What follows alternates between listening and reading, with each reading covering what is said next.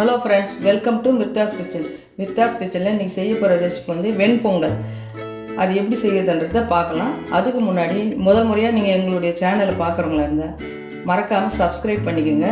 வாங்க எப்படி செய்யுதுன்றதை பார்க்கலாம். நான் வந்து இந்த அளவுக்கு பச்சரிசி எடுத்துருக்கிறேன். பச்சரிசி ஒரு பாத்திரத்தில் இந்த மாதிரி போட்டுடலாம். இதில் 1/4 பங்கு அளவுக்கு பாசி பருப்பு எடுத்துக்கிறேன். இதை நீங்கள் வறுத்தும் போட்டுக்கலாம், அப்படியேவும் ஊற வைக்கலாம்.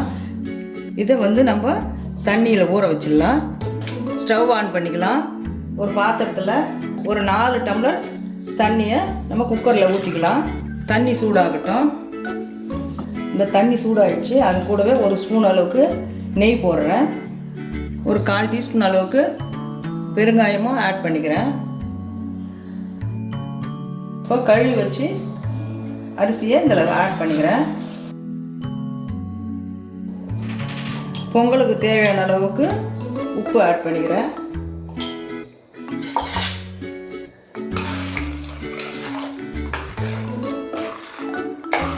கொஞ்சமாக மிளகு போட்டுக்கிறேன். அதே போல் கொஞ்சமாக ஜீரகமும் ஆட் பண்ணிக்கிறேன்.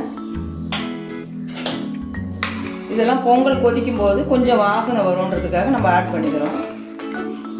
குக்கரை நம்ம மூடிடலாம். ஒரு 4 விசில் வைக்கலாம். பொங்கல் ரெடி ஆகிடுச்சு. 4 விசில் வந்துடுச்சு. ஸ்டீமும் அடங்கிடுச்சு.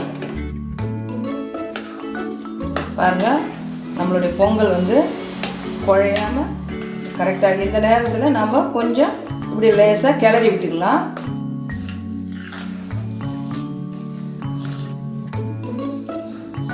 நெய் கொஞ்சம் ஆட் பண்ணுறேன், 2 ஸ்பூன் அளவுக்கு.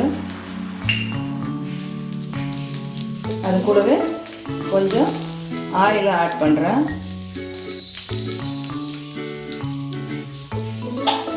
பொங்கலுக்கு கொஞ்சம் ஆயில் அதிகமாக தான் தேவைப்படும். அப்போ தான் பொங்கல் நல்லாயிருக்கும். எண்ணெய் சூடாகிடுச்சு. இப்போ கொஞ்சம் முந்திரி போட்டுடலாம். மிளகு கொஞ்சம் ஆட் பண்ணிக்கிறேன். கொஞ்சம் ஜீரகம்,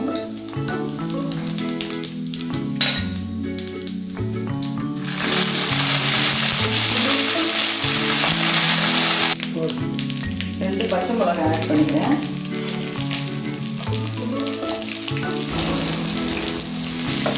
கறிவேப்பிலையும் ஆட் பண்ணியிருக்கேன். இப்போ நம்ம இதை கொட்டிடலாம்.